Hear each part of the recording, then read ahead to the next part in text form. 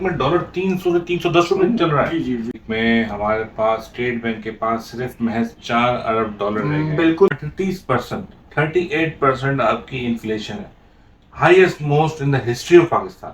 जहां पर आपका इंटरेस्ट रेट 22% हो, आपका डिस्काउंट रेट जो स्टेट बैंक ऑफ पाकिस्तान ने रखा है वो 22% जी रखा है। अस्सलाम वालेकुम तमाम व्यूअर्स को आज खुशामदीद कहते हैं। एपिसोड नंबर दूसरा है आज हमारा, और हम वहीं से शुरुआत करेंगे जहाँ पे हमने लास्ट छोड़ा था कि आखिर इन पूरी माशी सूरत हाल के बावजूद पाकिस्तान में लोग आखिर क्यों ठहरे, क्यों बाहर जाने की कोशिश कर रहे हैं। तो इसी के हवाले से मैं चाहूँगा कि फैज़ान भाई थोड़ी रोशनी डालें इस पर और मज़ीद बात को आगे बढ़ाएं। सर देखें, हमारी लास्ट जो डिस्कशन था उसमें इकोनॉमी के हवाले से बात हुई। अब जैसे आपने देखा है कि ना, जिस मुल्क की इकोनॉमी डाउन होना शुरू होती है तो वहाँ से लोग जो है ना वो हिजरत करना शुरू करते हैं। और इसकी मेन वजह, अच्छा, दो चीज़ें एक साथ पैरेलल चलती हैं। एक तरफ इकोनॉमी डाउन हो रही है, लोग हिजरत कर रहे हैं। दूसरी तरफ ये होता है कि लोगों की हिजरत करने की वजह से भी इकोनॉमी डाउन होती है। आपके प्रोफेशनल्स वहाँ से माइग्रेट कर जाते हैं।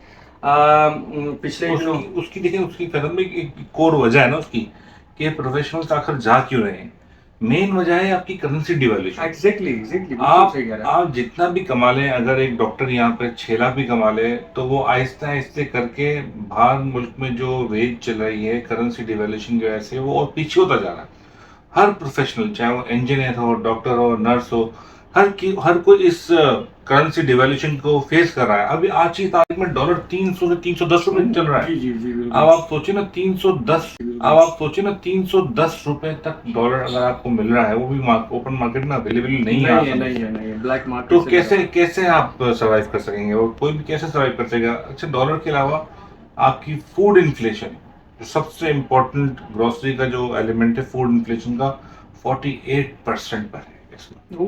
इसका मतलब ये है कि जो आपको दूध 120 रुपए लीटर मिल रहा था, आज आपको वही दूध 210 रुपए लीटर। एग्जैक्टली, बिल्कुल सही कह रहे हैं, पहुंच गए। सर देखें, लोग जो है ना वो अपने वतन से मोहब्बत करते हैं, इसमें कोई डाउट नहीं है। आप किसी भी मुल्क में चले जाएं, आप किसी से भी पूछ लें उसके मुल्क के बारे में, वो कभी अपने मुल्क को गाली देता नहीं मिलेगा। और अल्हम्दुलिल्लाह हम भी एज अ पाकिस्तानी अपने मुल्क पे फख्र करते हैं, अल्हम्दुलिल्लाह। ठीक है, बहुत सारी वजूहत हैं कि जिसकी वजह से हम बहुत पीछे हैं, लेकिन इसका ये मतलब नहीं है कि हम मुहिब्ब वतन नहीं है। हाँ, वी आर ऑल मुहिब्ब वतन, अल्हम्दुलिल्लाह। होता क्या है कि अब आप जैसे आपने बात की कि 310 रुपए का डॉलर, 315 रुपए का डॉलर, क्योंकि एक इंटरनेशनल करेंसी बन चुकी है। अब होता क्या है, सर्वाइवल्स की कोशिश की 75 सालों में लोगों ने। किसी जमाने में तो 4 आने का भी दूध मिलता था, आज हम 210 रुपए लेते हैं। सर्वाइवल्स, हमारे आबा अजदाद ने सर्वाइवल्स किया, 10 रुपए दूध लिया होगा, 20 रुपए लिया होगा, 30 रुपए लिया होगा। आज हमारी जनरेशन तक आते आते वो 210 रुपए, 220 रुपए लीटर पे चला गया। तो सर्वाइवल्स तो उन्होंने किया। आज भी लोग, आप मैं पाकिस्तान में हैं, हम सर्वाइवल्स की जंग लड़ रहे हैं कि हम किसी तरीके से सर्वाइव करेंगे। इंशाल्लाह हमारा मुल्क वापस एक पेज पर आएगा, जैसे और मुल्कों ने तरक्की की हम भी करेंगे। प्रॉब्लम ये है कि उस सर्वाइवल्स के लिए भी तो हमारे पास ज़र मुबादला होना चाहिए ना। एक्चुअली हम गिरते चले जा रहे हैं डॉलर, इसलिए करेंसी साहब आज की तारीख में हमारे पास स्टेट बैंक के पास सिर्फ महज 4 अरब डॉलर रह गए। बिल्कुल बिल्कुल बिल्कुल। अब 4 अरब डॉलर स्टेट बैंक के पास हैं, कुछ 5 अरब डॉलर कमर्शियल बैंक के पास हैं। 9 अरब डॉलर में आप 2 महीने का भी इम्पोर्ट बिल नहीं आपको सही है। यानी आप इतनी मुश्किल हालात में चल रहे हैं कि डॉलर की आउटफ्लाइट हो रही है, मेन इन्वेस्टमेंट बाहर हो रही है। और दूसरी बात, जो इंटरनेशनल कंपनीज हैं वो भी अपनी प्रॉफिट टेकिंग कर रही हैं यहाँ से, क्योंकि करेंसी आपकी लोकल करेंसी डिवैल्यू हो रही है। तो अगर वो टाइम से पैसा अपना प्रॉफिट टेक नहीं करेंगे तो उनको कम पैसा मिलेगा बनिस्बत डॉलर के, ठीक है, डॉलर कम मिलेंगे। अब आज देखें ना, अब आपको अगर आप पीकेआर में एक्सपोर्ट्स को एनालाइज करें तो पीकेआर में आपकी एक्सपोर्ट्स बढ़ रही हैं। बिल्कुल बढ़ रही हैं क्योंकि आपकी करेंसी डिवैल्यू हो रही है, ठीक है। लेकिन अगर आप सही मानों में आंकड़े नापना जानते हैं तो आप देखेंगे कि आपने लास्ट ईयर डॉलर्स में ज्यादा एक्सपोर्ट किया था, इस साल आपने डॉलर्स में वहां से करें आपने कम एक्सपोर्ट किया।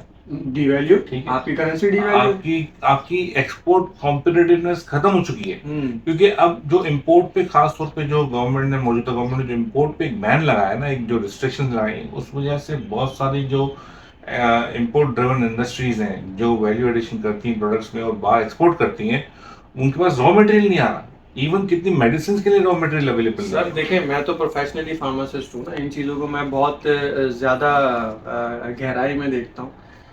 आपके मुल्क से देखें, आपके मुल्क से ना जो वो कंपनीज जो कि इंटरनेशनल कंपनीज, मल्टीनेशनल कंपनीज हैं, वो अपने आप को वाइंड अप कर रही हैं सर। बड़े बड़े नाम हैं, मैं नाम नहीं ले सकता, लेकिन बहुत बड़े बड़े नाम हैं जिन्होंने वाइंड अप कर रही हैं, जो वाइंड अप कर चुकी हैं। आप हमारे सामने एक छोटी सी मिसाल ये ऑटोमोबाइल्स, ऑटोमोबाइल्स ने वाइंड अप करना शुरू कर दिया है, अपने मॉडल्स बैन करना शुरू कर दिए हैं, अपने मॉडल्स बंद करना शुरू कर दिए हैं। अगर आपके मुल्क में यही सिचुएशंस रही, आपके मुल्क में जान बचाने वाली अद्वियात की किल्लत हो चुकी है। अभी मैं पिछले दिनों ही देख रहा था कि हम लोग डिफॉल्टर नहीं होंगे, हम डिफॉल्टर नहीं होंगे। जो मैं समझता हूँ उसकी मेन वजह ये है कि हमसे बहुत सारे मुल्कों की रोजी रोटी चल रही है। ठीक है, सबसे बड़ा आपका चाइना है, वो हमें डिफॉल्ट होने नहीं देगा, उसने हम पे बहुत इन्वेस्टमेंट की है। लेकिन फैसल भाई, मेरा तो मानना ये है कि हम डिफॉल्ट हो चुके हैं सर, इस बात का एतराज नहीं कर हो रहा। चुके हैं। हम कहने को कोई मान नहीं रहा कि हम डिफॉल्ट हो चुके हैं, लेकिन हम डिफॉल्ट हो चुके हैं। एग्जैक्टली, हम जिन डिफॉल्ट हालात में हम आज हैं, 38%, 38% आपकी इन्फ्लेशन है, highest most in the history of Pakistan. आप पूरी हिस्ट्री निकालें, पूरे आंकड़े निकालें, उन आंकड़ों में आप देखेंगे कि 38% is the highest ever inflation. Sir हम लोग इस वक्त उस सतह पे पहुंच चुके हैं कि जिस पे श्रीलंका का डिफॉल्ट हुआ था, हो चुका उसके था। नीचे हैं, और अब श्रीलंका हमसे बेहतर रिकवरी। एग्जैक्टली, अब उनसे नीचे हो चुके हैं, और फिर हम कहते हैं डिफॉल्ट नहीं है। लेकिन चूंकि हम एतराफ नहीं कर रहे ना, तो हम निकल नहीं पाते इस साइकिल से। जी हम किसी तरह बस अपना, ना हम आसमान में हैं ना हम जमीन पर हैं, हम दरमियान में हैं। ठीक है, लेकिन आप देखें ना, इस सूरत हाल में जहां पर आपका इंटरेस्ट रेट 22% हो, आपका डिस्काउंट रेट जो स्टेट बैंक ऑफ पाकिस्तान ने रखा है वो 22% रखा है। जी। तो आपकी कॉस्ट ऑफ डूइंग बिजनेस है, जो स्मॉल इंडस्ट्रीज हैं, वो कैसे काम करेंगी? एसएमईज आपकी काम ही नहीं कर सकती। आपकी स्मॉल इंडस्ट्रीज काम ही नहीं कर सकती इस इंटरेस्ट रेट पे। और इंटरेस्ट रेट आप कम कर नहीं सकते क्योंकि इन्फ्लेशन आपको करने नहीं देगी, क्योंकि इन्फ्लेशन की हाई चल रही है। सर देखें, इंटरेस्ट रेट अपनी जगह पे मौजूद है। आपने बात की ना स्मॉल इंडस्ट्रीज की, उनको सिर्फ वो एक तो उन्होंने लोन लेना है। एग्जैक्टली, स्मॉल इंडस्ट्री लोन लेगी गवर्नमेंट से कि जी हम आपकी सरमायाकारी करें, हमें बिजनेस करें। एग्जैक्टली, सिर्फ और सिर्फ लोन नहीं है, उसको वो पे करना है, उसके साथ उसकी वो कॉस्ट है। उसको जो काम करना है, इलेक्ट्रिसिटी के आपके बिल्स देखें, जो लोग घर में हैं वो घर वाले परेशान हैं। आपके यहाँ 40 रुपए 50 रुपए का यूनिट पड़ रहा है उनको इंडस्ट्रीज पे, जी कमर्शियल पे 40-50 रुपए का यूनिट पकड़ ले जी, फिर आप फाइनेंसिंग कॉस्ट पकड़ ले 40% की, तो आप ह्यूमन रिसोर्स को जो आप यूज करेंगे, उसके रिसोर्सेज को पे करेंगे। आप एक्सपेंसेस पूरे करने के बाद आपकी कॉम्पिटिटिवनेस ही खत्म हो जाती है।